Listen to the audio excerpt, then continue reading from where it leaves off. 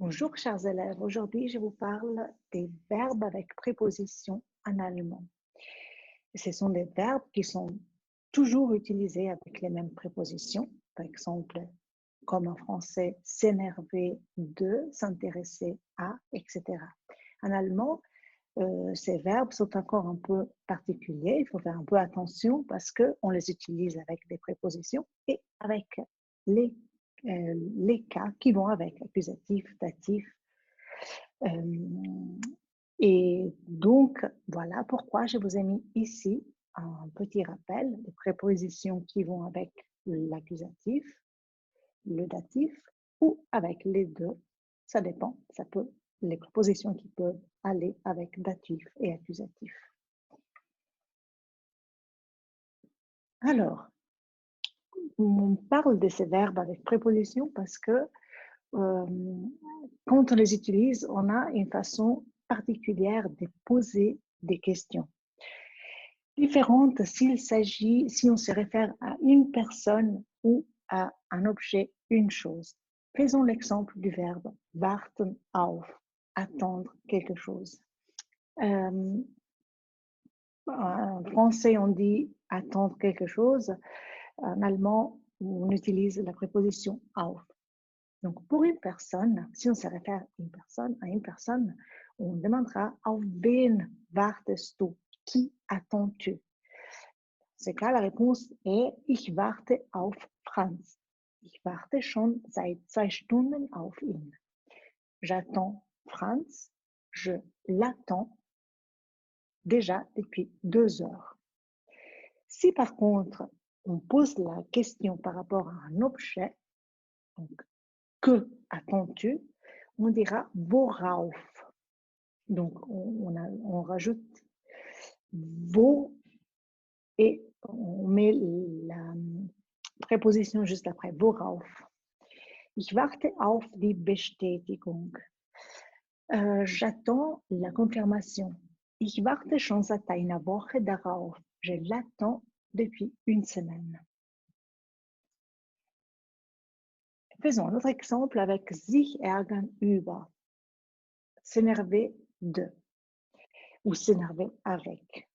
Alors, si on parle d'une personne, on dit en français avec qui t'énerves-tu?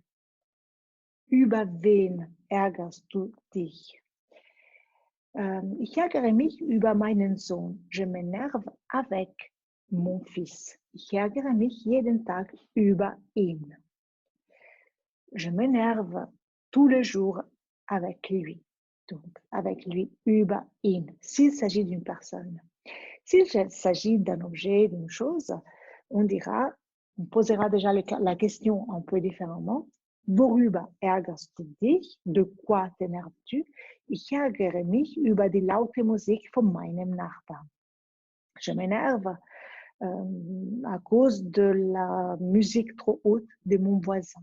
Ich ärgere mich jeden Samstagabend darüber. Comme il s'agit d'une chose, on dira darüber. Voilà, worüber dans les questions et darüber dans la réponse. Autre exemple avec sprechen mit ou sprechen über. Parler avec, parler de. Si on parle d'une personne, avec qui parles-tu? Mit wem sprichst du? Ich spreche mit meinem Chef. Je parle avec mon chef. Ich spreche jede Woche mit ihm. Je parle chaque semaine avec lui. Si par contre il s'agit d'un objet, on dira worüber sprichst du mit ihm? De quoi parles-tu avec lui? Ich spreche mit ihm über meine Pläne für nächstes Jahr. Je parle avec lui de mes plans pour l'année prochaine. Ich wollte schon seit lange darüber sprechen. Je voulais déjà depuis longtemps parler de cela, darüber, de cela. Autre exemple avec sich kümmern s'occuper de. Pour une personne, wen kümmert sich? De qui s'occupe-t-il? Kümmert sich seine Kinder.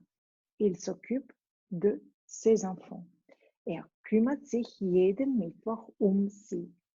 Il s'occupe chaque mercredi sie. Comme c'est des personnes, c'est des enfants, on mettra sie.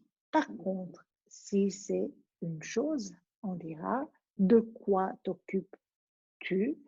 Worum kümmerst du dich? Ich kümmere mich das Abendessen. Je m'occupe du repas du soir. Am Nachmittag kocht mein Mann, am Abend kümmere ich mich darum.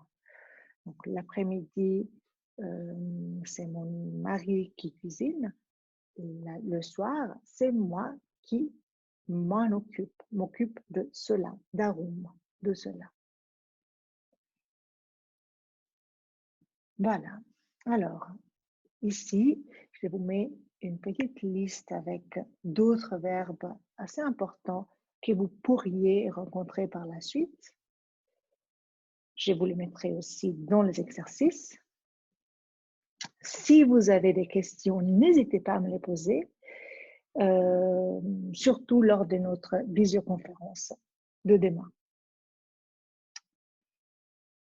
Et finalement, je vous souhaite gute Arbeit. Auf Wiedersehen.